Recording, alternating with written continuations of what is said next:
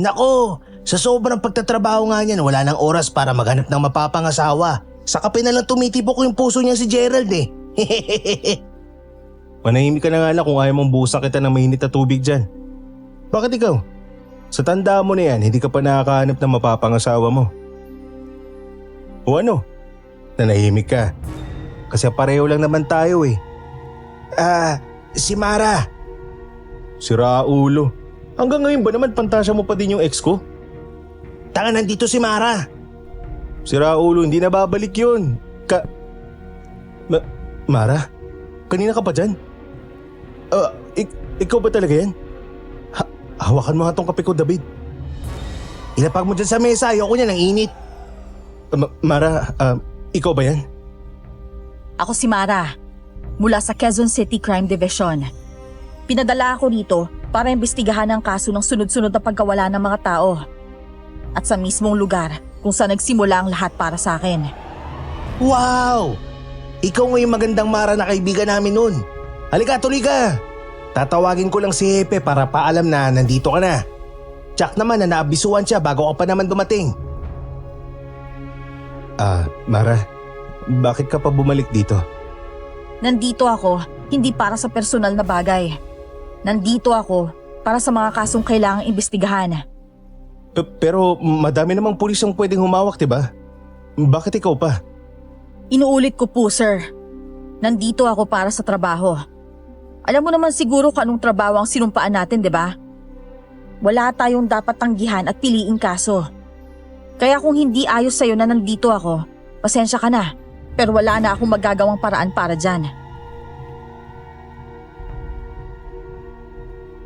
Bago pa muling makasagot si Gerald, ay narinig na namin ang pagbukas ng isang silid. Iniluwa noon ang hepe ng istasyon. Nakangiti itong naglakad papunta sa direksyon ko. Katabi niya ang dati kong kaibigan na si David. Naabot tenga ang ngiti.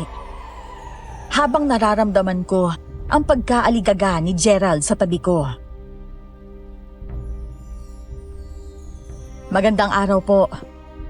Magandang araw. Maligayang pagbabalik sa'yo, SPO3 Mara. Tama nga ba? Opo, tama po. Maraming salamat po at pinaunlakan niyo ang kagustuhan ng Quezon City Crime Division. Wala naman kaming tinago sa estasyong ito kaya walang dahilan para hindi pagbigyan ang kanilang hiling. Mabuti naman po. Pwede na po ba akong magsimula? Kanino ko po ba makukuha ang mga reports ng mga nawawalang mamamayan ng purok na to?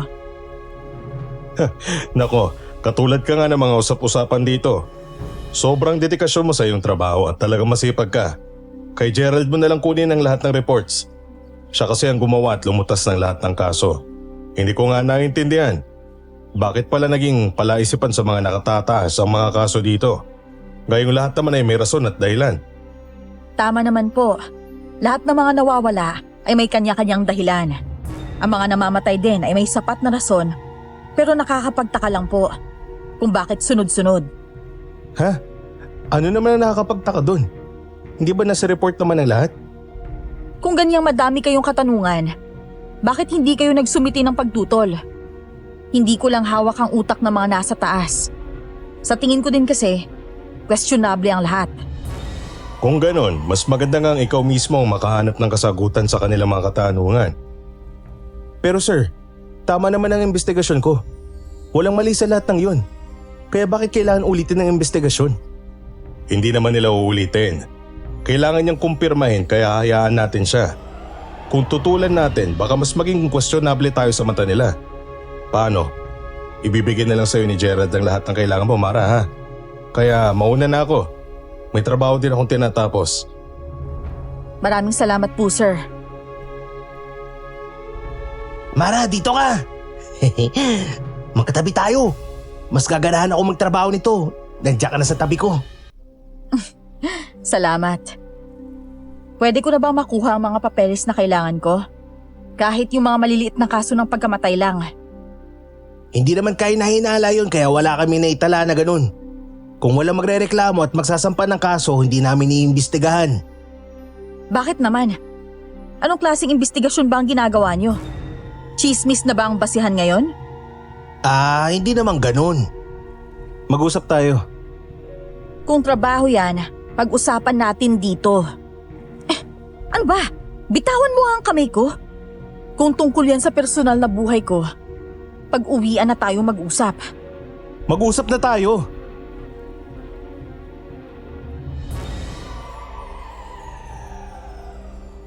Tumaas na ang boses ni Gerald. Mabuti na lamang at kami lang tatlo ang nasa loob ng istasyon. Hindi ko alam kung nasaan ang iba. Ang alam ko, 5 dapat ang tao tuwing araw at 3 naman sa gabi. Kung 2 lang sila kanina, kasama si Hepe, ibig sabihin, rumuronda ang 2 sa kabuuan ng paligid. Kaya naman, pinagbigyan ko na si Gerald na mag-usap kaming 2. Lumabas kami sa istasyon at nagpunta sa gilid na walang masyadong tao.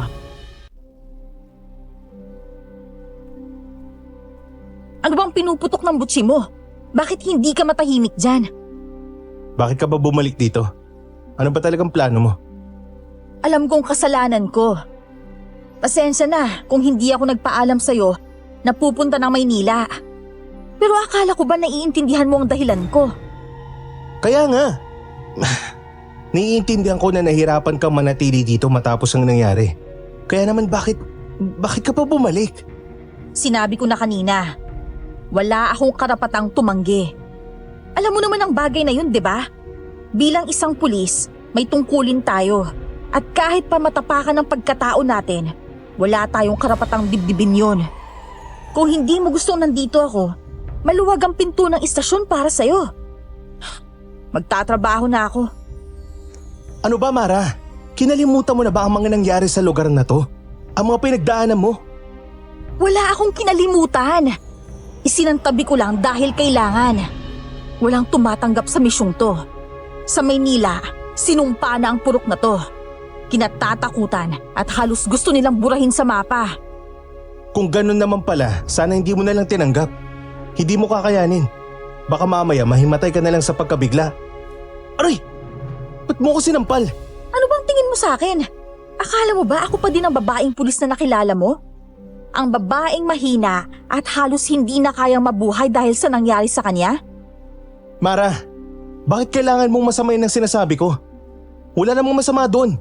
Walang masama kung magiging mahina ka. Normal yun bilang tao. Lalo na kung 3 taong malapit sa iyo ang namatay. Kahit sino naman eh. Kahit ako. Isa pa lang sa magulang ko ang mawala, hindi ko kakayanin. Saan ba patungo ang pag-uusap nating to? Ano ba? Nag-aalala ako sa'yo. Hindi ko talagang gustong nandito ka. Ibibigay ko ang mga reports. Kumpirmahin mo ng mabilis at bumalik ka na doon. At bakit kailangan mong mag-alala? Gagawin ko ang trabaho ko dahil yun ang dapat. Hindi ko kailangang madaliin ang lahat. Isa pa, gusto kong malaman kung sino ang pumatay sa magulang at kapatid ko. Ano? Pumayag ka bumalik dito para imbestigahan ang pagkamatay ng mga magulang at kapatid mo? Oo! 3 taon na din. 3 taon na akong naging mahina at umiiyak sa pagkawala nila. Kaya kailangan kong harapin ang realidad. Pulis ako at kailangang bigyan ko sila ng hustisya. Ano, paano mo gagawin yun? Sarado na ang kaso, matagal na. Ayon sa investigasyon, ang mga magulang mo ay napagkamalan lang. Hindi talaga sila ang punteriya ng mamamatay tao. Pero wala na sa lugar na to ang sospek. Kaya dapat hindi ka na bumalik dito. Naisip ko na yan. Pero bakit ganyan ka kung umasta? May tinatago ka ba sa akin? Wala akong dapat itago sa'yo. Nag-aalala lang ako na baka mahirapan ka dito. Paano kung… Hayaan mo na nga. Bumalik ka na agad sa Maynila sa loob ng 1 linggo. Tutulungan kitang matapos ang trabaho mo. Paano kung puntiryahin ako ng sospek? Yun ba ang iniisip mo? Sinasabi mo bang mali ang investigasyon ko? Inuubos mo ang oras ko. Hindi naman pala tungkol sa trabaho ang pag-uusapan natin eh. Mara! Tabi! Hindi ka ba tumitingin bago maglakad? Alam mo namang nasa gilid tayo ng kalsada, di ba? Salamat. Hindi ko napansin eh. Hindi ko naman alam na marami palang matutuling motorsiklo dito. Walang masyadong sasakyan dito. Makikipot na daan lang ang ginawang kalsada ng mga gobyerno. Iilan lang din ang mga gumagamit ng motor kaya naman mabilis talaga sila magpatakbo. Kaya sa susunod, tumingin ka muna bago tuluyang maglakad. Oo na! Ay! Hindi ko alam na tatay na pala kita. Kakainis. Bakit kasi kailangan dito pa tayo mag-usap? Ikaw ang pumunta dito, sumunod lang ako. Oo na! Kasalanan ko na! Ay, papasok na ako. Bahala ka na dyan sa buhay mo.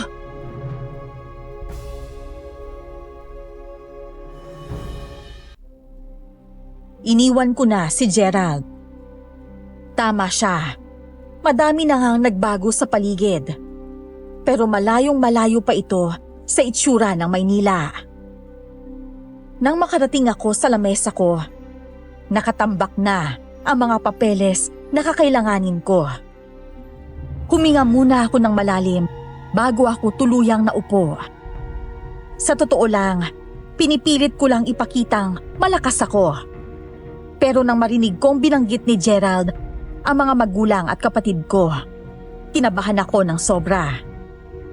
Aaminin kong apektado pa rin ako, pero nagpanggap akong hindi na.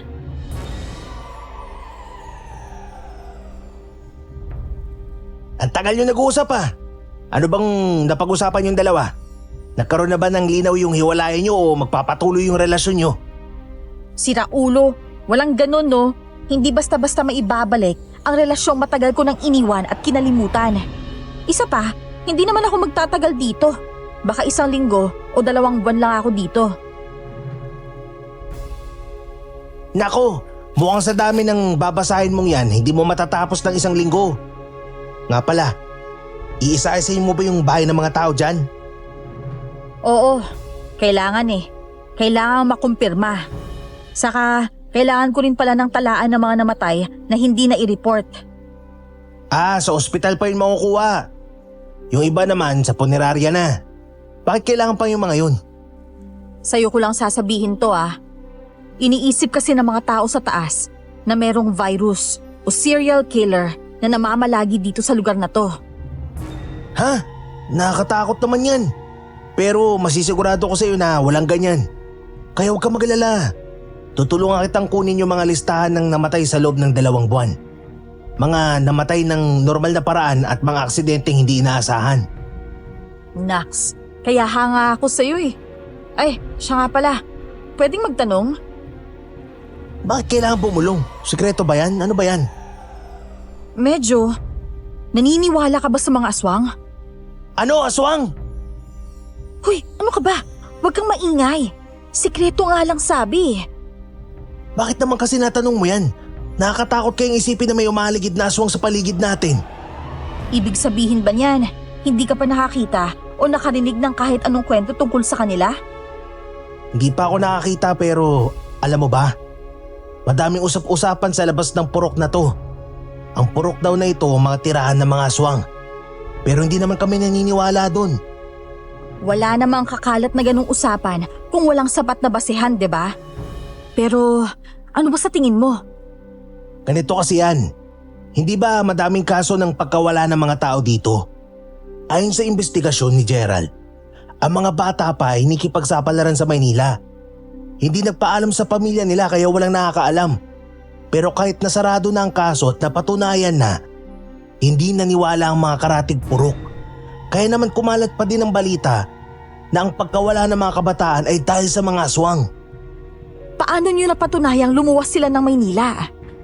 Nagtanong-tanong din kami sa mga pier kung may mga kabataang sumakay ng dagat papuntang Maynila. At nakumpirma nga yun. Pero syempre, ang mga chismis ay hindi basta matatapos. Pero alam mo ang nakakapagtaka dun? Ano? Anong alam mo? Hindi man lang nagsalita ang mga magulang nila. Eh di ba sabi mo, hindi sila nagpaalam sa pamilya nila? Paano mo nasabi yun kung hindi naman pala nagsalita ang mga magulang nila? May mga kapatid ba silang nagsalita para sa pamilya nila? Bingo! May mga galit na kapatid nila ang nagsabing walang utang na loob ang mga yun para pag-alalahanin ng mga magulang nila. Kaya naman mabilis naming naimbestigan ng lahat. Si Geraldine ang namilit para may magsalita.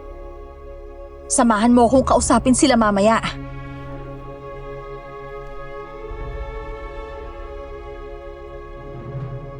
Bago pa sumagot si David, biglang pumasok si Gerald sa loob ng istasyon. Masama kaming tiningnan. Kaya naman, dahan-dahang naglakad si David sa sarili niyang lamesa. Tahimik akong nagbasa kahit nararamdaman ko ang malagkit na titig ni Gerald sa akin. Hindi ko na lang siya pinansin hanggang sa matapos ko ang trabaho ko. Nang tingnan ko ang orasan, 20 minutos na pala ang nakalipas sa oras ng uwian. Kaya naman, tumayo ako at kinuha ang papel na listahan ng address na mga kailangan kong puntahan. Hinanap ko si David kay Gerald, pero hindi niya alam kung nasaan ito. Marami pang naging katanungan si Gerald, pero hindi ko na siya sinagot. Agad na din akong umalis habang may liwanag pa. Hindi pa ako nakakalayo nang maramdaman kong may nakasunod sa akin. Nagpanggap akong hindi ko siya napapansin. Lumiko ako ng lumiko hanggang sa masalisihan ko siya. Mula sa likod niya, kita kong palingalinga siya, kaya naman kinuha ko ang pagkakataon para atakihin siya. Nilitik ko siya mula sa likod gamit ang kanang braso ko. Hinawakan ko ang magkabilang kamay niya. Pinulupot ko sa likod niya gaya ng pulis na bihasa. Walang babala, walang drama.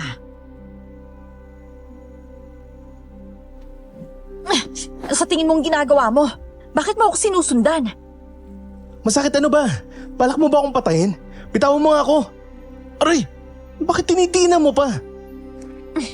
Sagutin mong tanong ko. Ano bang kailangan mo sa akin? Wala. Wala akong kailangan sa'yo. Pero nag-aalala ako sa gusto mong gawin. Pwede ka kasing mapahamak. Bitawan mo ako, sige na. Walang masyadong tao dito. Dulo na to ng purok na to. Sino bang gusto mo puntahan? Ano bang pakialam mo? Ang ayoko sa lahat, yung pinapakialaman ang mga gagawin ko. Lalo na sa trabaho ko. Hindi ko akalain na ang lakas mo na pala ngayon. Saan ka pupunta? Mara! Kung ayaw mong masaktan, wag mo akong sundan. Sandali lang, sasama ako kung saan mo gustong pumunta. Sakit ng likod ko. Grabe naman yung pilipit tong babaeng yun. Di man lang iniisip na tao din ako na nasasaktan. Sandali nga! Hintay mo ako! Mara!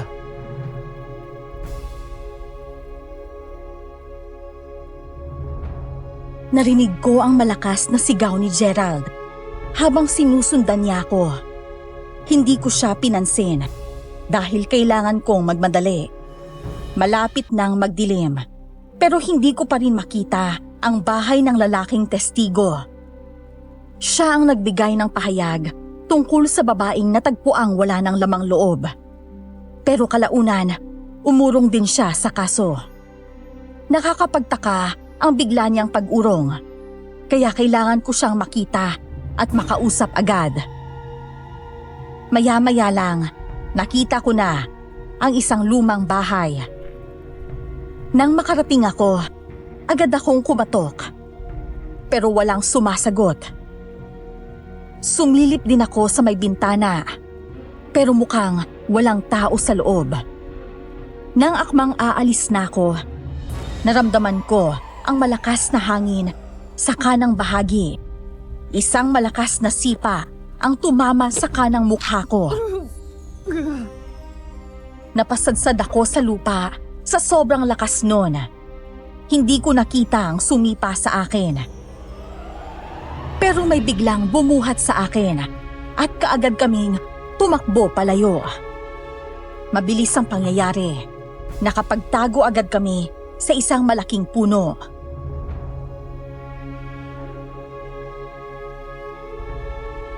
Ikaw bang sumipa sa akin? Si Raulo, bakit naman kita sisipain? Sa palagay mo pa ganun ako kalakas para gawin yun? Ikaw lang naman ang sunod ng sunod sa akin eh. Sino pa bang gagawa nun? Walang hiya ka talaga. Tumigil ka! Hindi ako sumipa sa yung ganong kalakas, hindi ko kaya yun! Kung hindi ikaw, sino? Ay, ang sakit nun. Parang hindi tao ang sumipa. Hindi naman talaga taong sumipa sa'yo. Isa siyang lakaw na aswang. Ano? Aswang? Ibig sabihin, totoo ang aswang? Bakit hindi mo man lang sinabi sa akin? Kung sinabi ko ba makikinig ka? Kung sinabi ko ba, maniniwala ka? Kung maniwala man ako o hindi, dapat sinabi mo pa rin. Ay, dati, lagi mong sinasabi ko ano yung nasa isip mo. Pero ngayon, hindi mo na magawa. Kasi ayokong isipin mo na tinatakot kita. Nabuhay ka na dun sa Maynila kaya siguradong ang paniniwala mo ay nakabase na din sa mga taga ron. Hindi sila naniniwala sa mga aswang. Kaya siguradong hindi ka din maniniwala kung basta ko na lang sasabihin. Pakialamero ka talaga sa mga walang kwentang bagay. Pero kapag mahalagang impormasyon, pilit mong tinatago sa akin. Tabi!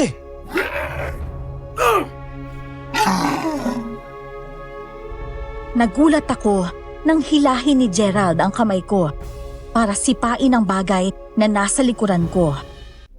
Sumubsob pa ako sa ugat ng puno sa lakas ng paghila niya sa akin. Nang tingnan ko siya, nakikipaglaban na siya sa isang tao na mukhang hayop. Kasing laki siya ni Gerald, pero may katigasan ang katawan niya. Mahahaba din ang kuko mula sa dalawang kamay at dalawa niyang paa. Kulay pula ang kanyang mga mata. Tumitigas ang panga niya at lumalabas ang matutulis na ngipin. Naging matulis din ang kanyang tenga na parang sa paniki. Walang ingay ang kanyang mga yabag kahit ang laki niyang nilalang na para bang hindi siya lumalapat sa lupa. Pero para siyang gutom na hayop kung umungol. Nakita kong nahihirapang makipaglaban si Gerald. Kaya naman, mabilis akong sumugod para tulungan siya. Sinipa ko ang mukha ng halimaw. Napatingala naman ito dahil sa lakas ng sipa na ginawa ko. Kaya kinuha ko ang pagkakataon para sunod-sunod na sipain ang dibdib niya. Pero mukhang hindi siya nasasaktan. Sobrang kunat ng balat niya na parang puno ng kahoy. Isang malakas na sampal ang ginawa ng halimaw sa akin. Dahilan para tumilapon at tumama ang likod ko sa isang punong kahoy. Umatungal ng malakas ang lakaw. Sumisirit ang dugo sa leeg niya. Kitang-kita ko yon dahil sa liwanag ng buwan. Umurong ang halimaw at mabilis na tumakbo palayo. Kaagad kong nilapitan si Gerald na nakahandusay.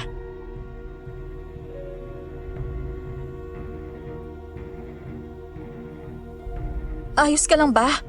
Pasensya ka na. Hindi man lang kita natulungan. Ayos lang. Malakas talaga ang halimaw na yun. Hindi ko pa siya kailanman nakakaharap pero may sapat na akong impormasyon sa pagkatao niya. Bakit kasi wala kang sinabi sa akin? Sana sinabi mo kanina habang nag-uusap tayo. Tapos na. Halika na. Umalis na tayo sa lugar na to bago pa may ibang aswang na dumating. Totoo bang purok to ng mga aswang? Hindi na… Ang sakit. Ang sinasabi ko, huwag na natin pag-usapan ng bagay na yan sa lugar na to. Ayos ka lang ba? Saan yung masakit? Patingin ako. Dugo? May saksak ka. Bakit hindi mo man lang sinabi sa akin? Kukulang naman. At mababaw lang kaya naman huwag ka na mag-alala. Saka ako ang sumaksak sa halimaw. Nakalimot lang niya ako kanina habang umaatungal siya sa sakit. Kahit na. Kailangan nating makahanap ng masasakyan. Baka lumala pa yan. Nag-aalala ka ba sa akin ngayon? Aminin mo, mahal mo pa din ba ako, di ba? Sira ulo ka talaga. Aray! Bakit kailangan mambatok? May sugat na ngayon tao eh. Kung ano-ano kasi yung mga sinasabi mo eh. Kumapit ka sa akin. Lakarin na natin ang bahay mo. Doon ka pa rin nakatira, di ba? Hindi na. 3 taon na ako nakatira dito sa purok na to. Bukod sa malapit sa trabaho, mas madaling mag-imbestiga kapag kakilala mo ang lahat ng tao. Himala, naging pala kaibigan ka na din pala. Dito ka lumiko. Dito ang daan papunta sa tinutuluyan ko. Alam mo, sa totoo lang, simula nang mawala ka, natuto na ako maging mabait at pala kaibigan. Kaya pala iba na ang aura mo. Hindi ka na masungit tulad ng dati. Oh, dito na ba ang bahay mo? Paano to buksan? Tulak mo lang. Ano? Hindi mo nilalak ang pintong to? Pwede bang dito ka na lang muna matulog? Hindi kasi kita maihahatid eh. Hindi na. Kaya kong umuwi ng mag-isa. Ganun ba? Sige, ihahatid na kita. Hinatid nga kita dito dahil may sugat ka, 'di ba? Tapos gusto mo pang ihatid ako? Pwede naman. Kung gusto mong maubusan ng dugo at mamatay sa daan, halika na. Ewan ko sa'yo. Mag-iingat ka ha. Dahil mo tong baril ko. Bukas babalikan ko yung baril natin doon. Ako nang bahala sa lahat, huwag ka na mag-alala. Sa lagay mong yan, mukhang kaya mo nga. Mauna na ako.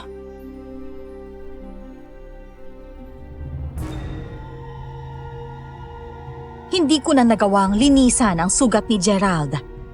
Sa tuwing nagdidikit kasi ang mga balat namin, kinakabahan ako ng sobra at halos hindi makapag-isip na maayos.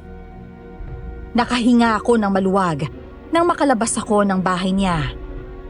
Simpleng bahay na kahoy lang sa probinsya ang bahay niya, pero malinis at walang kakaibang amoy. Halos buong magdamag akong hindi nakatulog. Iniisip ko kasi ang sumalubong sa akin sa unang araw ng pagbabalik ko. Paano kaya kung magtagal pa ako ng ilang mga araw? Kinabukasan, masayang nag-aasaran ang mga kasamahan ko sa istasyon. Ako naman ay tahimik lang na naghihintay nang lumabas ang hepe namin.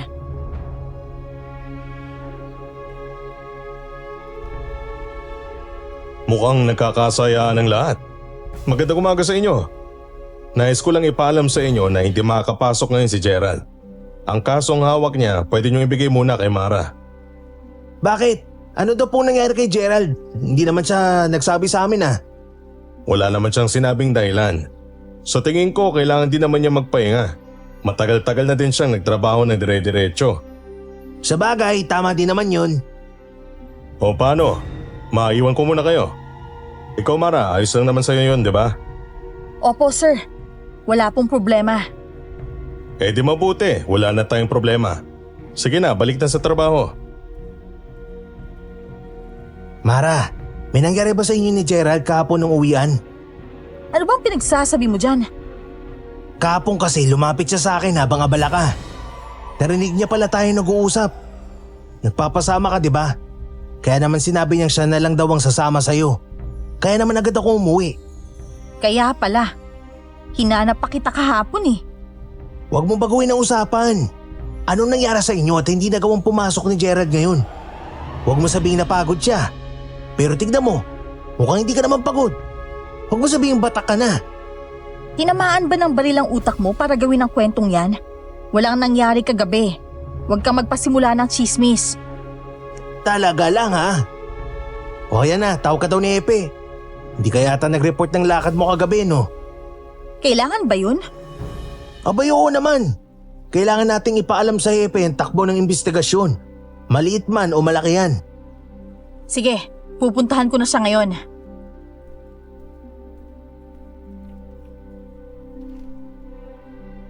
Agad akong pumasok sa opisina ng hepe habang dala ang ilang papeles.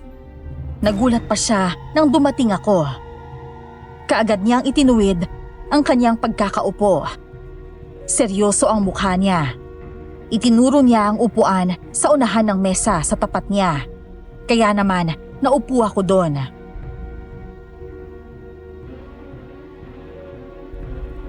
Bakit ka naman biglang napapasok? May problema ba? May katanungan ka ba? Wala naman po sir. Akala ko po kasi pinatawag niyo ko. Hindi. Tinatanong ko lang kung ano na yung nangyari sa investigasyon mo sa unang araw mo dito. Sinabi nilang wala sa kanilang sumama kundi si Gerald na absent ngayon. Nagtataka din ako kung bakit siya absent. May nangyari bang hindi maganda sa lakad niyo kahapon? Yun po ba? Wala naman pong nangyari sa amin ni Gerald, sir. Kung tungkol naman po sa investigasyon namin, wala pa pong update. Pinuntahan po namin ang bahay ng testigo, pero wala po siya. Oh, bakit yun napuntahan? Masyado bang malayo at kinabi na kayo? Parang ganun na nga po, sir. Medyo naligaw kasi ako. Ay oo, ganun talaga. Kailangan lahat ay may progreso. Akala ko ba sinamahan ka ni Gerald? Bakit nagkandaligaw-ligaw ka pa? Hindi ko po alam na sinundan niya pala ako, sir eh. Para naman kayong manok niyan. Yan talagang si Gerald, napaka-diskumpiyado. Gusto talagang makasigurado. Kaya nga po, sir eh. Ang hirap din pong gumalaw. Pakiramdam ko, lahat ng magiging aksyon ko, kailangan ko munang makipagtalo. Di, hayaan mo. Pagsasabihan ko si Gerald. Hindi kanya kailangang abalahin para mas mabilis mong matapos ang trabaho mo. Para naman po akong batang nagsusumbong, sir. Pero kung gagawin niyo po yun, maraming salamat po. O siya, sige. Gusto ko lang naman kamustahin ang unang araw ng iyong pagbabalik.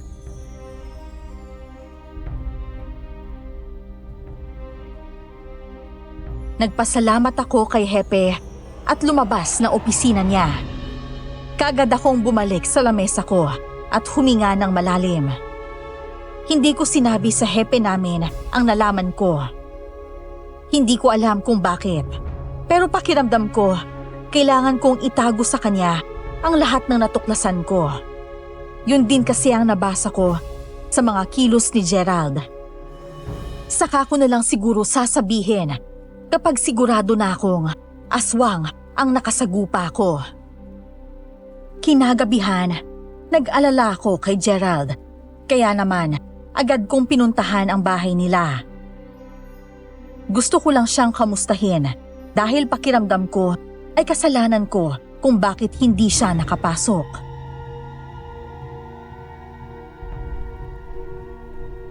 Oh, isang pulis. Anong ginagawa ng isang pulis dito? Gabing-gabi na, si Gerald bang pinunta mo dito? Good evening po. Ako po si SPO3 Mara. Nandito po ako para kumustahin sana si Gerald. Ako naman ang lolo ni Gerald. Samuel ang pangalan ko. Tawagin mo na lang akong Lolo Samuel. Lolo Samuel, kumusta na po ba si Gerald ngayon? Nasugatan po kasi siya kagabi. Ano? Alam mo din pala ang nangyari kagabi. Alam mo din. Opo, pero wag po kayong mag-alala. Wala po akong pinagsabihan. Halika, pumasok ka muna dito sa loob ng bahay. Alam mo kararating ko lang kaninang 3:00 ng madaling araw. Dahil hindi agad nalinis ang sugat niya. Ayun, nilagnat siya. Dahilan kung bakit hindi siya nakapasok kanina. Nako, kasalanan ko po ata. Sana po pala, nilinisan ko po kaagad bago ako umalis. Mataas talaga ang pride ng batang yan. Kaya kahit siguro pilitin mo, hindi niya gugustuhin gawin mo. Nga pala maupo ko muna dito. Tulog pa kasi si Gerald. Kanina pa naman siya natutulog kaya pwede ko na siyang gisingin. Nako, hindi na po. Pwede naman po akong bumalik na lang bukas. Hindi na. Paupo ka na dyan. Kukuha lang ako ng tubig bago ko siya gisingin.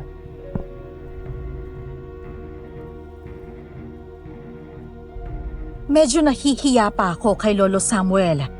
Pero wala na akong magawa. Nandito na ako. Kaya wala nang atrasan pa. Ilang sandali lang, nakarinig ako ng mga kaluskos na galing sa kusina. Nang tingnan ko ito, nakita ko si Gerald na hinahawakan ang kanyang tagiliran.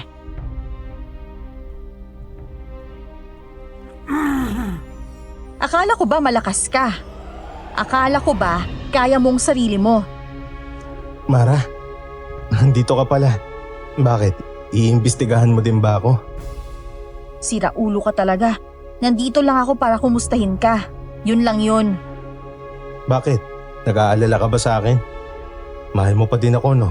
Aminin mo. Hoy, bakit hindi mo kaagad nilinis yung sugat mo? Nakalimutan ko. Napagod kasi ako kagabi sa pakikipaglaban sa makunat na yun. Kaya naman agad akong inantok pagdating. Sira ulo ka talaga. Ano ka, manhid? Hindi mo ba alam? Wala na akong nararamdaman simula nang iwan mo ako. 3 taon na din ang nakalipas nun. Aray ko naman, Lolo! Bakit kailangan mambatok ng sandok? Kung manhid ka na talaga, tumayo ka dyan at maghain tayo ng hapunan. May bisita ka pa bande. Kilos! Mara, tama ba? Pasensya ka na ha, pasaway talagang apo ko na yan. Alam ko po, hindi niyo na po kailangang mahiya sa akin. O talaga? Ngayon lang kita nakita. Matagal ka na bang nadestino dyan? Kababalik niya lang po galing Maynila. Taga dito din naman po siya nun eh. Siya si Mara, yung una kong minahal. Ano? Ikaw si Amara? Ay teka ka, bakit parang hindi naman ikaw? Bakit parang tumangkad ka? Tignan mo oh, kuminis din ang balat mo. Grabe, ikaw pala si Amara na mahal ni Gerald. Grabe naman pong papuri yan. Pero maraming salamat po. Pasensya na po pero hindi ko na po kasi kayo masyadong maalala. Ayos lang, masyado ka pang bata nung huli tayo nagkita. Habang lumalaki ka naman, naging abala na din ako sa paggagamot sa mga karatig purok. Kaya naman po pala. Tama na chismisan nyo. Ito na pagkain. Pambihira kayong dalawa. Ang may sugat pa talaga naghain sa inyo. Pasensya na, napasarap lang ang aming kamustahan. Ito na ba ang lahat ng ulam? Wala na bang natira doon? Opo, yan na po lahat. Hindi ko alam kung kanina pa nandito si Mara o sadyang alam mo pong darating siya ngayon, Lolo. Hulaan mo. Iha, sumabay ka na makapunan sa amin ngayon ha. Wala ka naman ng pagpipilian eh.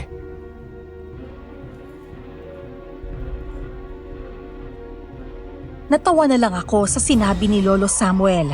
Si Gerald naman ay palipat-lipat ang tingin sa amin ni Lolo dahil sa pagiging malapit namin na parang hindi siya kasali sa usapan namin. Mukha na siyang nagtatampo habang palihim na nilalagyan ng pagkain ang plato ko. Patuloy kaming nagkwentuhan ni Lolo Samuel hanggang sa matapos kaming kumain. Nagpresenta akong tumulong sa pagliligpit pero hindi na nila ako hinayaan. Kaya naman nanatili ako sa lamesa at tahimik na naghintay. Matagal-tagal din akong naghintay pero hindi pa din bumabalik sina Gerald. Kaya naman naisipan kong maglakad-lakad.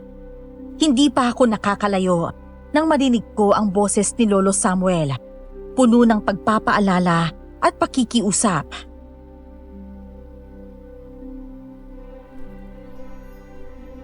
Kung hindi niya pa alam ang lahat, mas magandang paalisin mo na lang siya dito. Hindi niya maiintindihan ang mga nagawa mo para ipagiganti ang pamilya niya. Paano kung kaya niya po palang intindihin? Yung tukol nga po sa mga aswang mabilis niyang naunawaan eh. Isa pa, wala naman po akong ginawang labag sa batas. Sa mata ng batas, tao sila at mamamayan ng purok na ito. Kaya kung namatay sila bilang aswang, walang nagpapatunay. Ibig sabihin mamamatay tao ka, Gerald. Aswang po sila, Lolo. Mga masasamang aswang po at hindi po ako pumapatay ng inosenteng aswang. Paano kung malaman ng mga aswang na si Mara ang kahinaan mo? Sa tingin mo ba, kaya mo nang lipulin ang mga aswang sa purok na ito? Lumaban na po ako nun, habang wala si Mara. Ngayon pong nandito na siya, mas kailangan kong maging malakas. Ikakapahamak mo yan. Pitik ka bata ka. Bakit gusto mo mabuhay sa pakikipaglaban? Ayaw mo bang magkaroon ng katahimikan ng buhay mo? Kahit tumira pa po ako sa bundok, hindi mananahimik ang isip ko, Lolo. Ang dami pong tanong na gusto kong itanong sa kanilang lahat. Hindi pa din po kasi malinaw sa isip ko kung bakit ang pamilya ni Mara ang inatake nila ng gabing yun. 3 taon ka na ding nag-iimbestiga. Halos sirain mo ang buhay mo, mahanap mo lang ang sagot sa tanong na yan. At sa hustisyang gusto mo.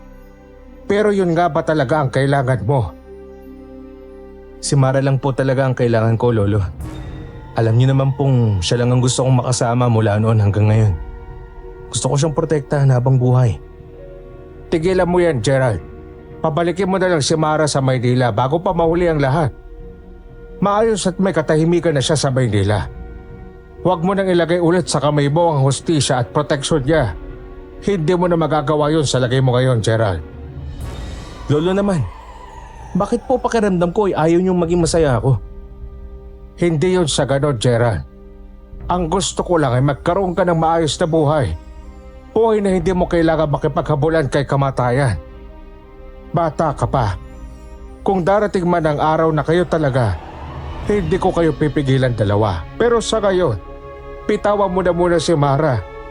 Sa palagay ko, hindi pa siya nakakalimot sa nakaraan.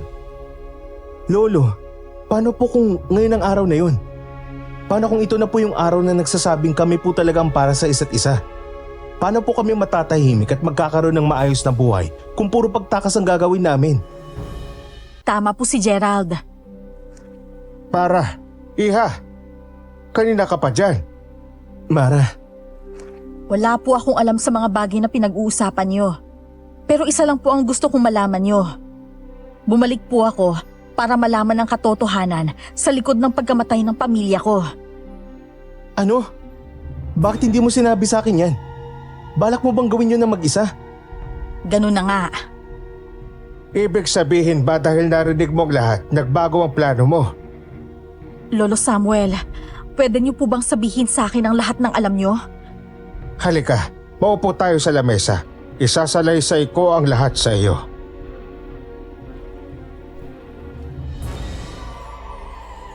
Pero bago pa kami makahakbang, bigla kaming nakarinig ng malakas na tunog mula sa labas. Nagkatinginan kaming lahat. Kasunod nito, mabilis na naglakad si Lolo Samuel na parang may kinukuhang mahalagang bagay. Ganon din ang ginawa ni Gerald na pinagtataka ko. Dahil doon, naging alerto na din ako. Kinuha ko ang barel na nakasukbit sa bewang ko.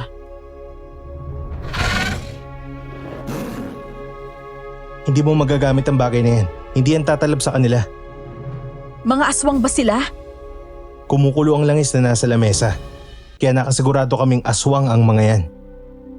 Talaga bang sumusugod ang mga aswang dito? Hindi. Madaming inosenteng aswang ang nabubuhay bilang tao dito. Makikita mo ang pagkakaiba kapag umikot ka sa mga bahay-bahay. Ano? Ang mga bahay na may mga alagang hayop sa labas, mga puno ng gulay at madaming prutas, mga bahay yun ng mga tao o mga aswang na namumuhay bilang tao. Sila ang mga inosenteng nilalang ng dilim. Kaya pala, napansin ko din yun pagdating ko. Humanda na kayo. Sinisipa na nila ang pito at mga dingding. Basta ang gawin nyo lang ay tumepensa. Protektahan nyo ang sarili nyo. Isipin yung tao lang din sila. Katulad kung paano kayo lumaban sa mga kriminal. Naiintindihan ko, Lolo. Mara, dito ko lang sa tabi ko. Huwag kang lalayo sa akin.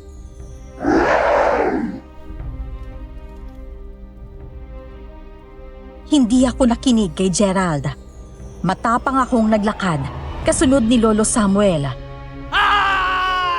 Hinarap niya ang mga halimaw na nagwawala sa labas. Halos matumba na ang dingding ng bahay dahil sa pagwawala ng mga ito. Galit ang mukha ng mga aswang na nakatingin sa akin. Hindi ba pinalaan na kita? Bakit hindi ka marunong sumunod, ha? Hindi ba sinabi ko sa inyo? Hindi ako titigil hanggang hindi kayo umaalis sa lugar na to. Ang lakas din talaga ng loob mo, no? Akala mo lahat kami ay kaya mo. 3 lang kayo, wala kayong laban sa 7. Ang dami mong satsat. Etong para sa'yo.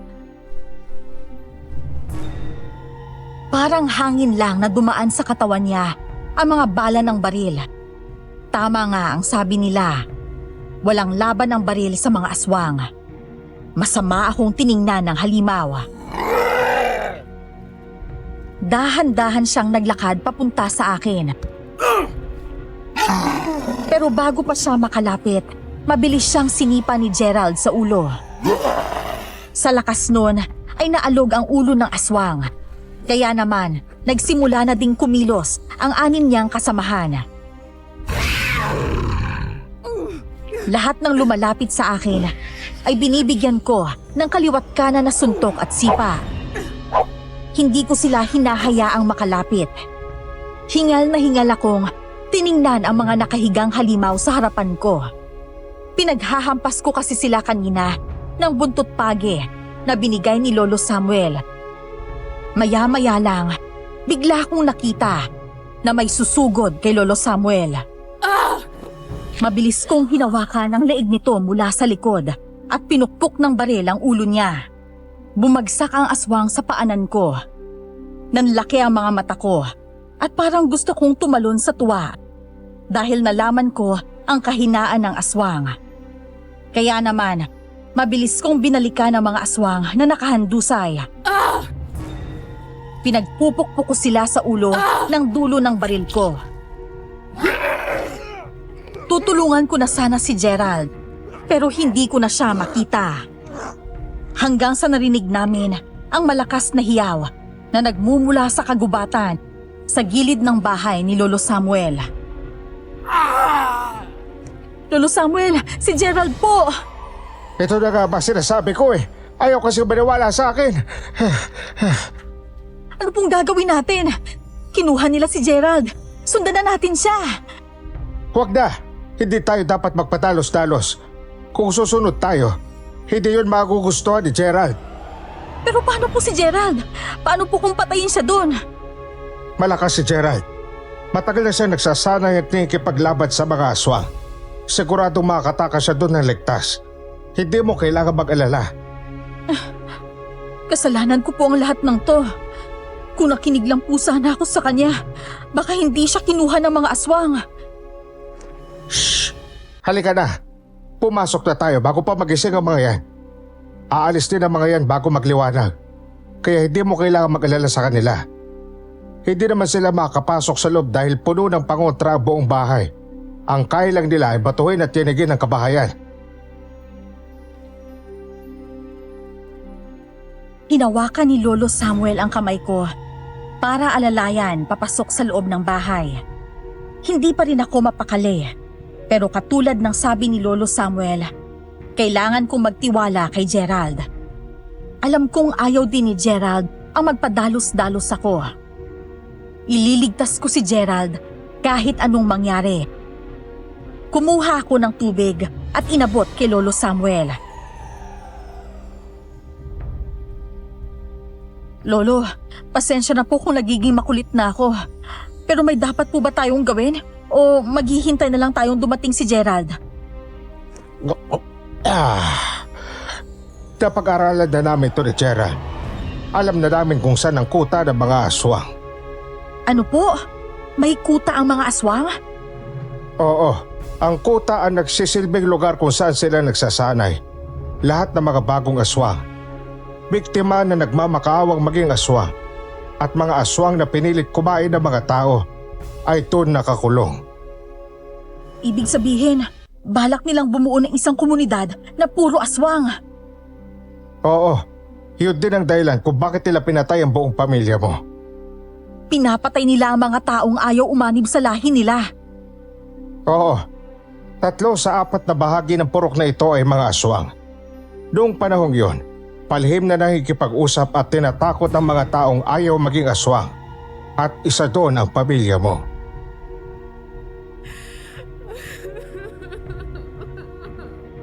Napaiyak ako sa sinabi ni Lolo Samuel. Hindi ko maisip kung paanong nagmakaawa ang magulang ko para protektahan at hindi mabahiran ng kasamaan ang pamilya namin.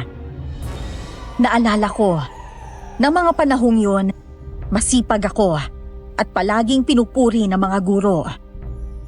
Palagi ko ring sinasabi sa kanila na kapag tumanda na ako, gagawin ko ang lahat na makakaya ko para mawala ang kasamaan. Sa tingin ko kasi, kapag walang krimen, magiging masaya ang lahat ng tao. Kaya pinili kong maging isang pulis.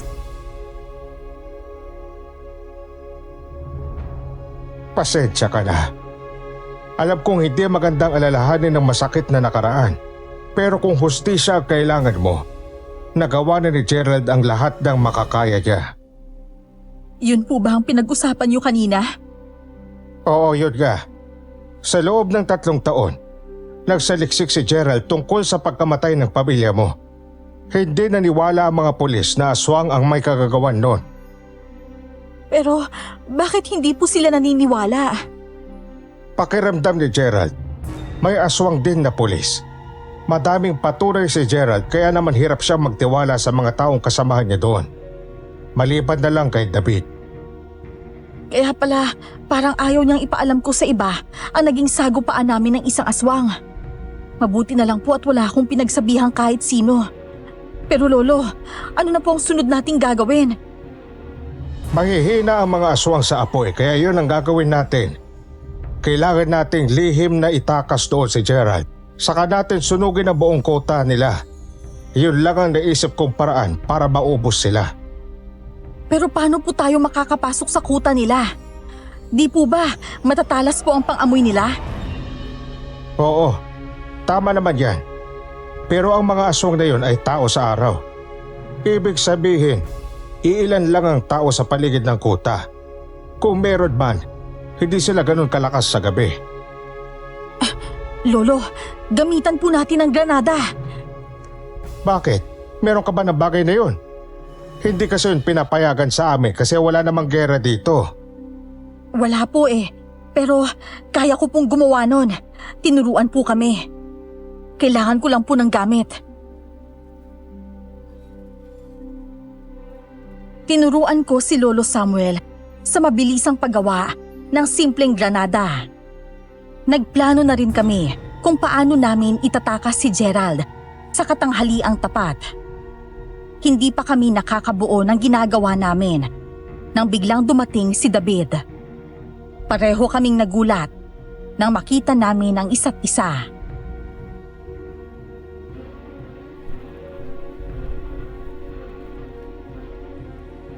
Huwag mo sabihin nagsasama na kayong dalawa ni Gerald sa isang bubong. Kaya hindi kayo nakapasok kanina dahil pareho kay... Aray! Bakit naman bigla kang nananapak dyan? Alam ko nang ibig mong sabihin. Hindi kami katulad ng iniisip mo, no? Nandito ako para tulungan si Lolo Samuel. Talaga lang ha? Ano palang nangyari kay Lolo Samuel? Ito talaga si parang Gerald, hindi man lang nagsabi sa akin. Lolo Samuel, nandito na po yung gwapo niyong apo. Sandali! Bawal pumasok. Ha? Bakit? Huwag mo sabihin nakaubad si Gerald sa loob. Aray! Isang sapak na naman, nakakarami ka na. Ay nako, porket payatot ka, sisiksi ka talaga eh, no? Iho, David, nandiyan ka pala. Anong kailangan mo? Bakit ka napadaan dito? Huwag niyo sabihin, aray! Lolo naman oh. Tignan mo po tong babaeng to, kanina pa ako sinasaktan, napakasadista niya. Kung ano-ano kasi lumalabas sa bibig mo. Ang dumi ng isip mo. Kung ako sa'yo, magpapalinis na ako. Ano po ba kasing nangyayari? Nasaan po kasi si Gerald?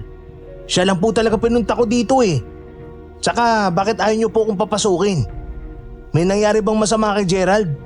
Tabi nga po, may ikiraan po. Aray! Iniipit-bitlog ko. Ano to? Gumagawa kayo ng bomba? Saan nyo gagamitin yung ganitong bomba? Anong pasasabugin nyo?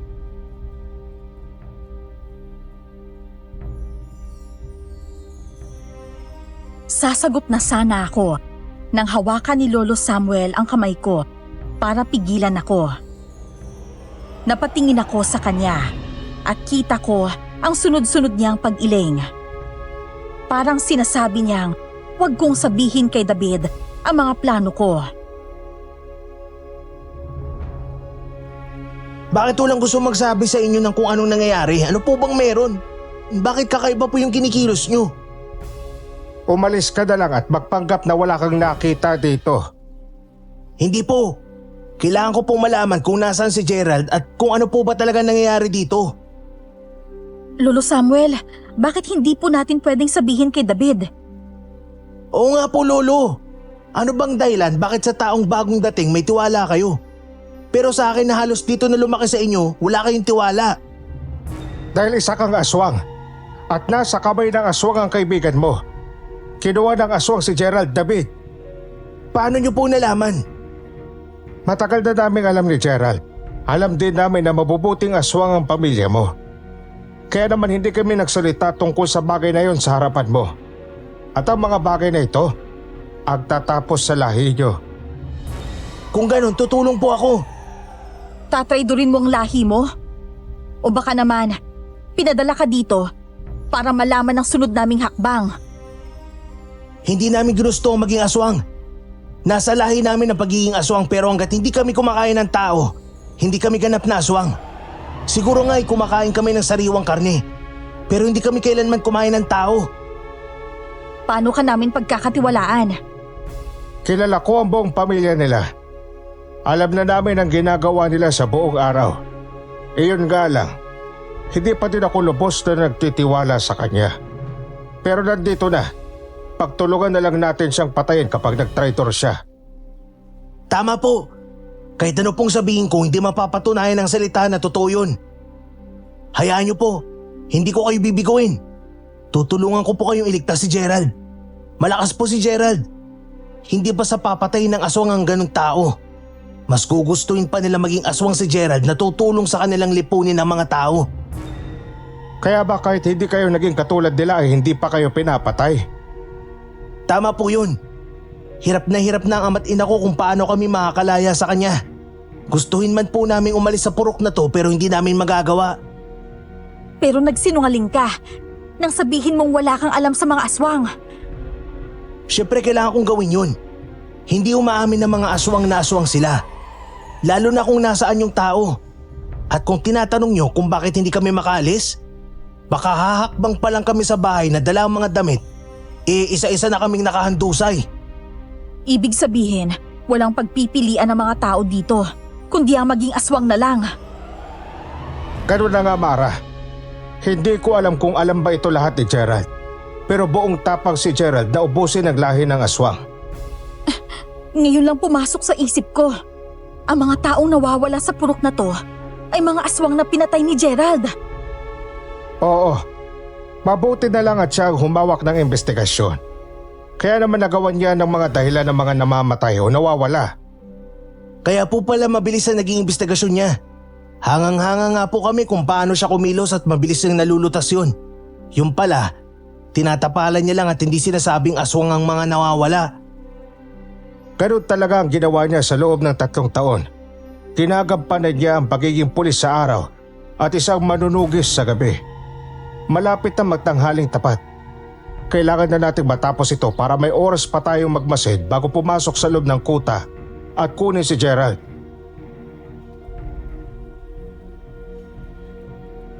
Minadali na namin ang paggawa ng simpleng bomba. Nang mag-alas 10 na ng umaga, dala ang lahat ng kailangan namin. Umakyat na kami sa itaas ng bundok. Hindi ko akalain na sa tuktok pala ng bundok ang kuta ng mga aswang. Dumaan kami sa isang bahagi ng bundok na hindi kami mapapansin ng mga aswang. Naggulat pa ako nang biglang umakyat si Lolo Samuel sa isang mataas na puno.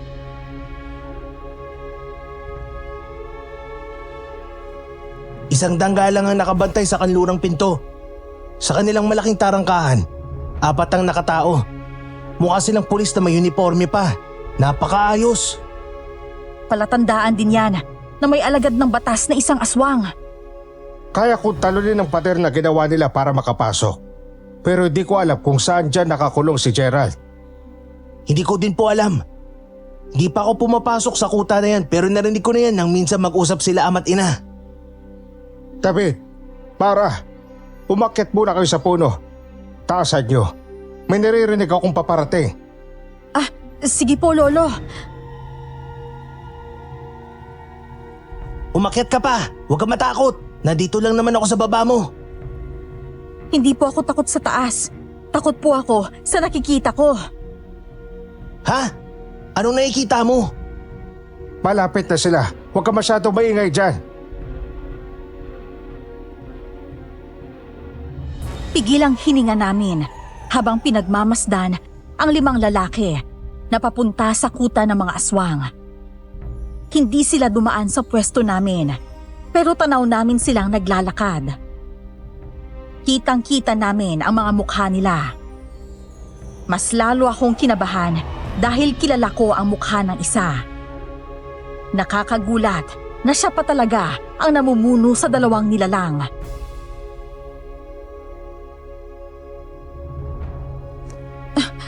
Alam niyo po bang si Hepe ay isang aswang? Ngayon ko lang din nalaman. Sigurado kung alam na ito ni Gerald pero alam niyang pipilitin ko siyang umalis kaya hindi niya sinabi sa akin. Hindi pa po ako ganap na aswang. Hindi ko po siya nararamdaman lalo na't hindi naman siya nagbabago ng anyo sa araw. Isa pa po, mahina talaga akong aswang kaya nga pinilit ako nila ama't ina na maging pulis eh. Ano na pong gagawin natin? Mukhang madami sila ngayon. Mas mahihirapan tayong kunin si Gerald. Tinitignan ko kung saan sila papasok. Siguradong nandoon ang kulungan ni Gerald. May trabaho pa si Hepe sa istasyon. Siguradong babalik siya agad sa istasyon bago matapos ang isang oras niyang pahinga. Tama si David. Kaya naman, mula sa itaas ng puno ay nagmatsyag kami. Wala pang 30 minutos at lumabas muli sila Hepe. Kasama ang dalawa na lang sa alalay niya. Hindi mga pulis ang dalawa dahil hindi ko ito nakita sa istasyon. Nang makita naming nakababa na sila ng bundok, agad na bumaba si Lolo Samuel. Bumaba na rin kami ni David. May narinig kaming nagmamadaling mga yabag papunta sa direksyon namin. Agad kaming gumilid pero malakas ang pangamoy ng mga aswang. Lalo na at malapit kami. Kaya nakita nila kami.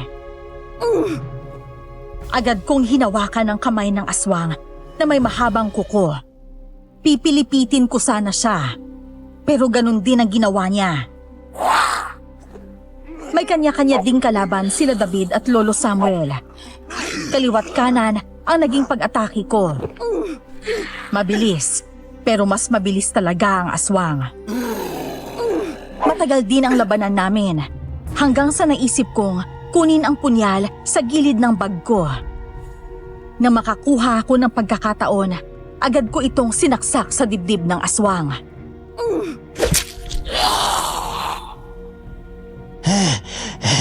Salamat. Masyadong matangkad ang dangga na yun. Hindi ko man lang nagawang matalo. Lintik. Mabuti na lang at nasaksak mo agad bago pa ako makain ng buo. Natuto na sila.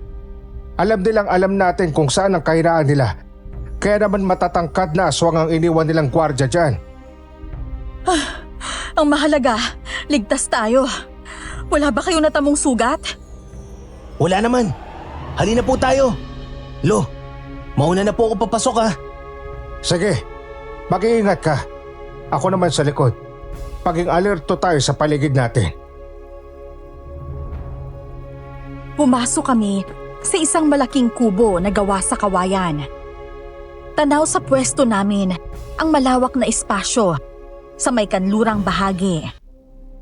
Nasa gitna kasi kami kung saan pumasok si Hepe. Habang nagmamasid ako sa paligid, narinig ko ang malakas na sigaw ni David. Kasunod nito ang mabilis niyang takbo papalapit.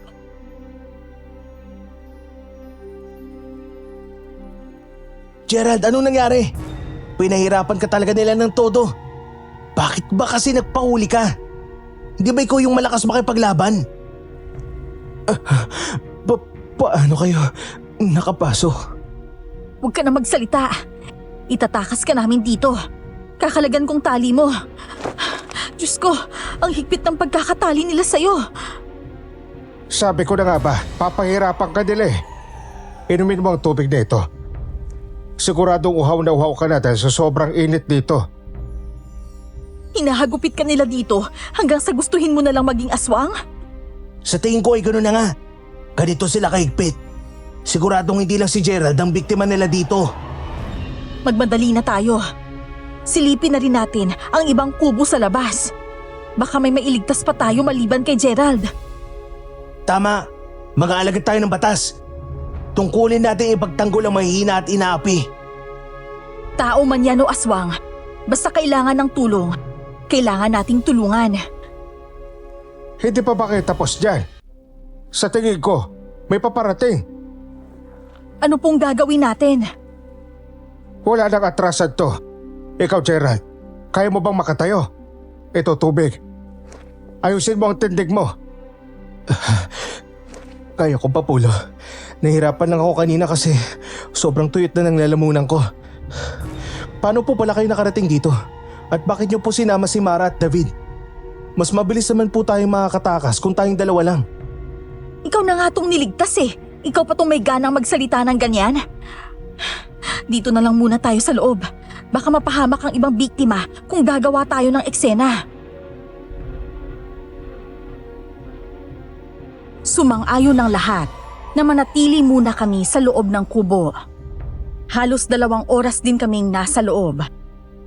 Maya-maya lang, nakarinig kami ng mga maiingay na kababaihang aswang sa paligid. Hindi namin makita kung saan yun nagmumula. Pero ang importante ay hindi nila kami naaamoy. Nang tumahimik na, unang lumabas si Lolo Samuel. Sumunod si Gerald na nakaakbay kay David habang naglalakad.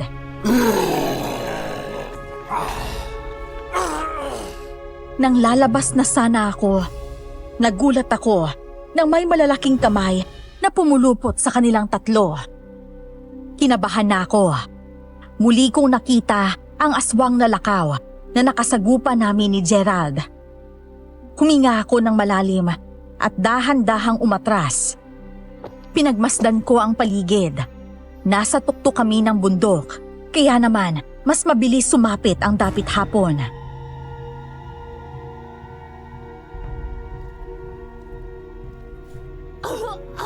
Pumasok ka sa loob! Ikaw ang pumalit sa bahay ng pulis na to! Papakawalan mo ba sila kapag ginawa ko yun? Ang lakas ng loob mo humilin ng kapalit. Pero sige, hindi naman ako sobrang masamang aswang.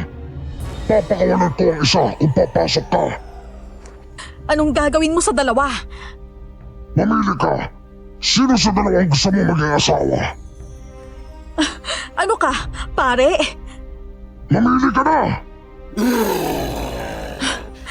Patayin mo na lang kaya kami para maging madali ang lahat sa'yo. Bakit? Sa tingin mo ba yun lang ang gusto kong magyari sa binubuong mundo? Anong ibig mong sabihin? Ano bang balak mong gawin? Gusto ko makabuo ng maharlikang aswang. Ang pinakamalakas na aswang sa lahat ng mga aswang. Yung walang makakatalo maging tao man. At paano mo naman gagawin ang bagay na yun, sir? Ano? Kilala mo ko? Sa bagay, sa inasta mo nung nakaraan, sa tingin ko nga ay may alam ka na.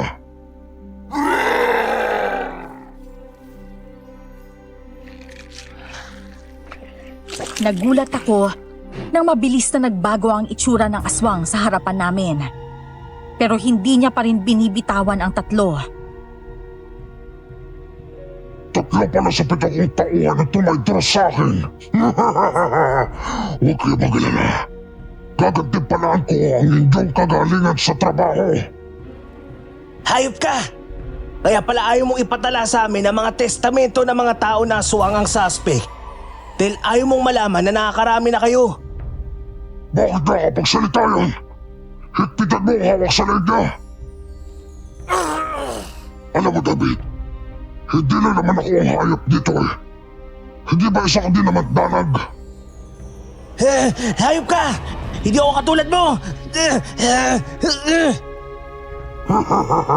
Ano na, Mara? Alam ko naman si Gerald ang gusto niyo. Ilisabay ko na lang kayo ikukulong. Sa ganun, mas mabilis kayo makabuo na magiging anak ko. Hindi mangyayari yun. Wala kaming bugong aswang. Talaga? Bakit naman? Gerald, hindi mo ba sinabi sa kanilang lahat ang totoo? Anong totoo? Tama na! Huwag mo sabihin! Huwag ka magpapaloko sa kanya, Mara. Tiloloko ka lang niya.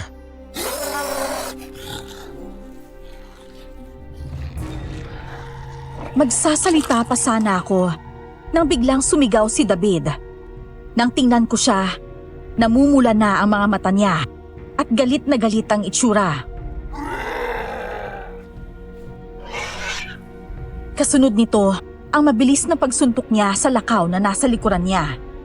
Sa lakas ni David ay tumalsik ito. Dahil sa naging kilos ni David, kumilos na din kaming 3. Tinulungan ko si Gerald na makawala sa pagkakahawak ni Hepe. Nang hindi ko siya masaktan sa suntok, tinagat ko ang brasong nakapulupot sa leeg ni Gerald. Sinipa ko rin siya sa pagitan ng kanyang hita. Namilipit siya sa sakit dahil sa ginawa ko.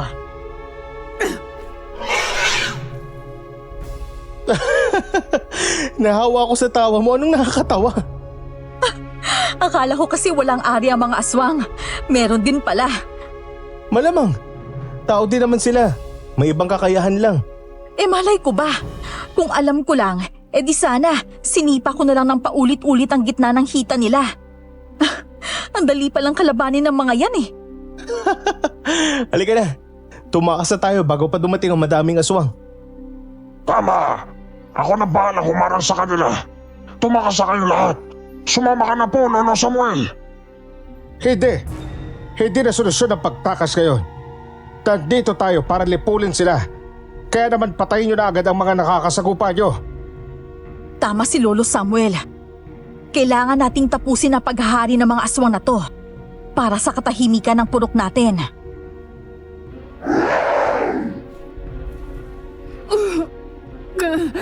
May sasabihin pa sana ako nang bigla kong maramdaman ang malakas na sipa mula sa sahig.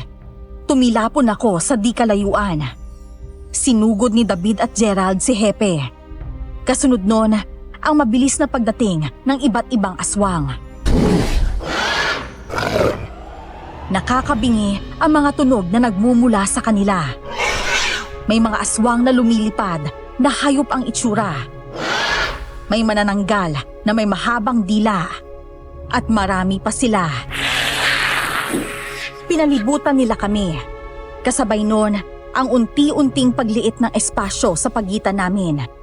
Inikot ko ang paningin ko. Nakita ko si Hepe na tumatakbo palayo. Binuksan ko ang bag na dala-dala ni Lolo. Gamit ang lighter na maliit, sinindihan ko ang ginawa naming bomba at mabilis na binato kay Hepe. Bago pa ito lumapag sa lupa, ay nakalayo na si Hepe. Pero dahil apoy ito, nataranta ang lahat ng aswang.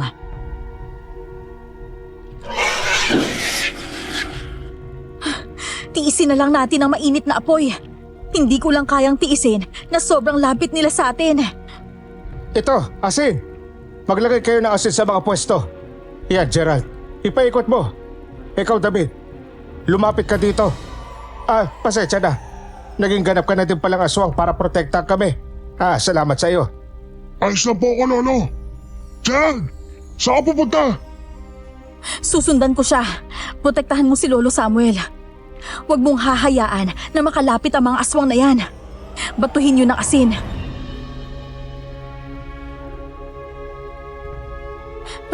Gerald! Sandali! Anong ginagawa mo sa kubong to? Yun na nga ang dahilan kung bakit ako nagpunta dito. Narinig ko kanina. May batang aswang na dinala dito. Gagawin siyang alipin habang buhay ni Hepe dahil taksil ang kanyang mga magulang. Ang sama niya. Gerald, nandito ang bata. Wala siyang malay at mukhang nahihirapan siyang huminga. Anong gagawin natin? Hanapin natin ang nanay niya. Nandito lang din yun, nakakulong. Akmang lalabas na kami nang may nakasalubong kaming balisang babae. Halata sa mukha niyang may hinahanap siya. Nang tanungin namin, hindi siya sumagot. Nakatingin lang siya sa mukha ng bata na hawak namin. Kinuha niya ito at umiyak. Pinaalalahanan siya ni Gerald na tumakas na. Binalikan na namin sina Lolo at David.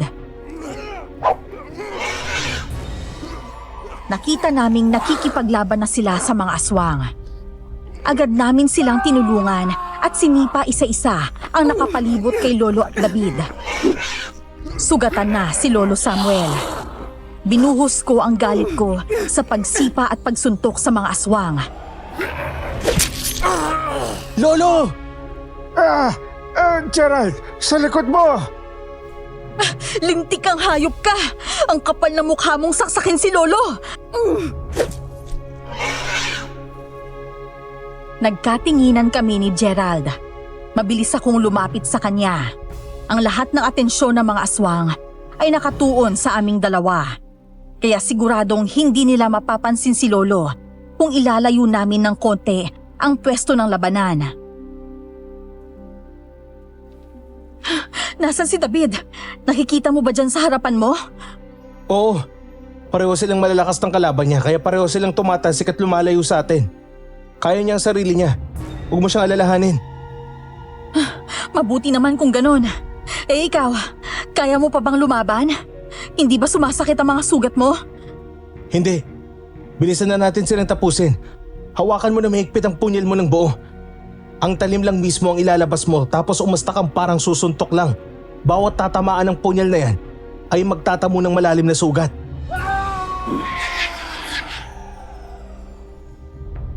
Hinanda ko na ang sarili ko.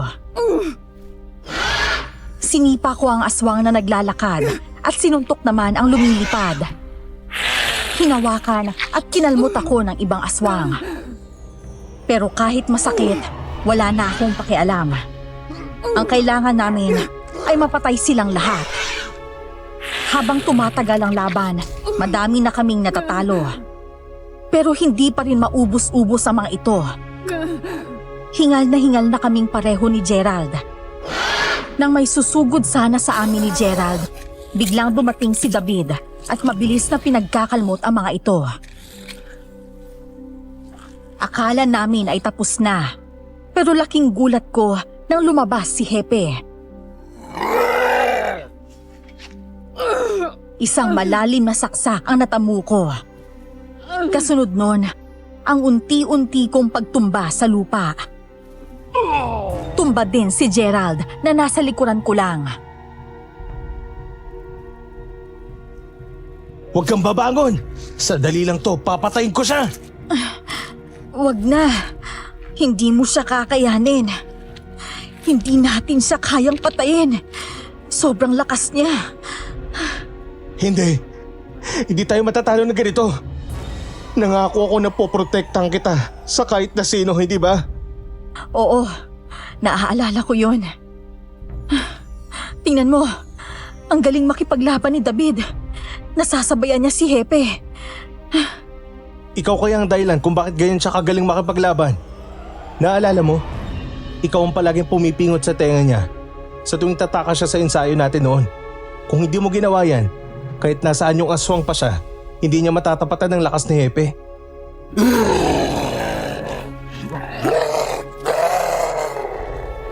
Nakahiga kami sa lupa habang magkahawak kamay. Pinanood namin kung paano gulpihin ni David ang kapwa niya aswang. Dahil maliksi siya, mas mabilis gumalaw si David kaysa kay Hepe. Napangiwi ako nang makita kong 4 na beses sinaksak ni David si Hepe gamit ang kanyang mahahabang kuko.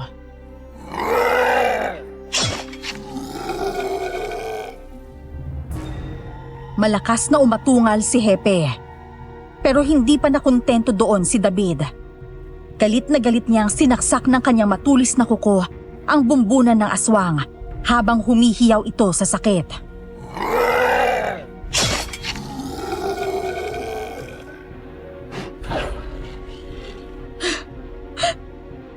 Tapos na ang lahat. Natapos na din. Tama ka dyan. Tinapos ng isang aswang ang kasamaan ng isa pang aswang. Ang galing mo, David. Maraming salamat sa'yo.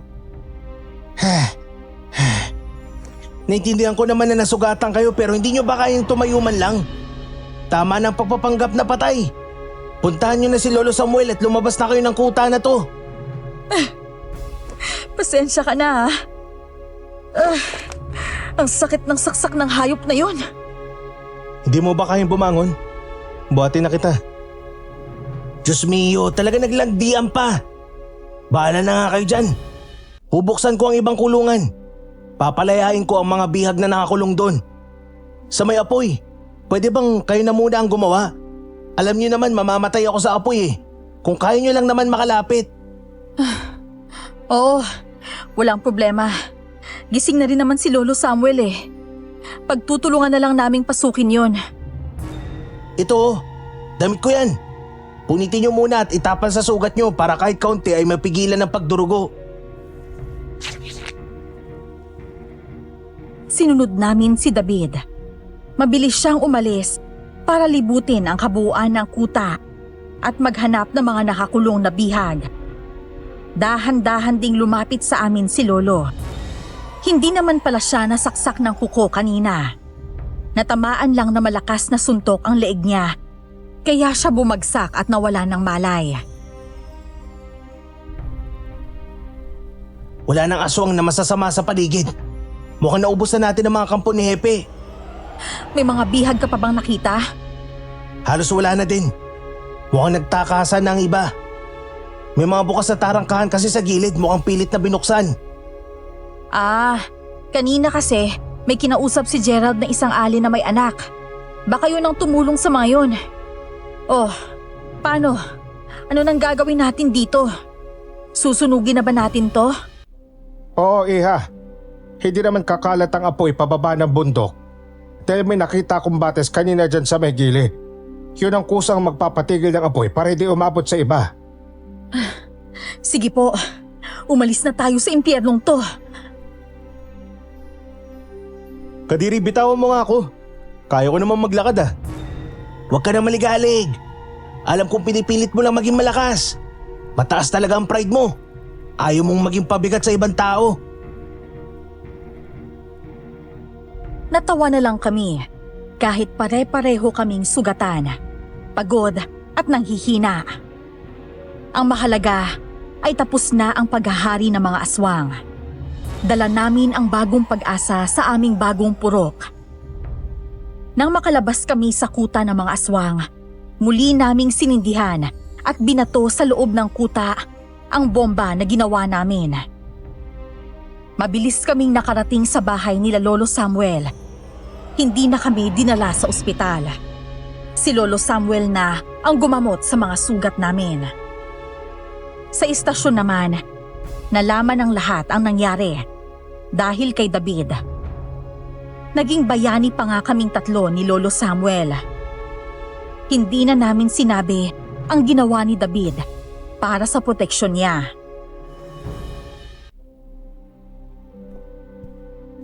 Napakaangas kasi ni David. Hindi man lang nagkaroon kahit kaunting galos. Kaya paano ipapaliwanag na isa siya sa sumagupa sa mga aswang? Kaya nga, siya naman talagang tumapos ng laban. Matagal na niyang gustong gawin yun. Lalo na at naiipit na din ang pamilya niya. Oo nga nasabi niya din sa amin yun. Ay, siya nga pala, nasabi sa akin ni Lolo ang lahat ng ginawa mo. Pero may gusto sana akong itanong sa'yo. Ano naman yun? Totoo yun. Nakaya kong walang babae sa loob ng 3. Aray! Siraulo ka talaga. Hindi naman kasi yun, no? Ano ba kasi yun? Yung sinabi ni Hepe na ayaw mong sabihin sa akin. Gusto kong malaman kung ano yun. Yun pala. Akala kasi ni Hepe isa na akong aswang. Ha? Paano nangyari yun? Kinagat niya kasi ako. Pero dahil sa pag-iinsayo at pagkikipaglaban, lumaki ang mga laman ko sa katawan. Nang kagatin niya ako, nagawang pigilan yun ng mga muscles ko. Kaya naman hindi umabot sa dugo ang laway niya at hindi ako naging aswang. Mabuti naman kung ganun. Tumayo ka na dyan. Baka tinatawag na tayo ni Lolo. Oh, hawakan mong kamay ko. Para mabilis kang… Oh, bakit naman lumuhod ka pa? Tinutulungan na nga kitang tumayo Mara, pumapayag ka bang pakasalan ako at makasama ako habang buhay? Sa hirap at ginawa, kahit maging aswang pa ako? Ano ka ba? Siyempre oo. Isuot mo na yung singsing. Saan mo ba nabili yan? Sa bayan. Nung minsan bumili kami ni David ng mga gamot. Mura lang yan. Alam mo namang maliit lang ang sahod ng isang pulis dito sa purok natin. Sus, kahit ano pa yan. Kahit nga wala Pakakasalan kita. Kahit ngayon pa mismo. Talaga? O siya, halika na. May kailangan ng mauna bago ang kasal. Siraulo ka talaga.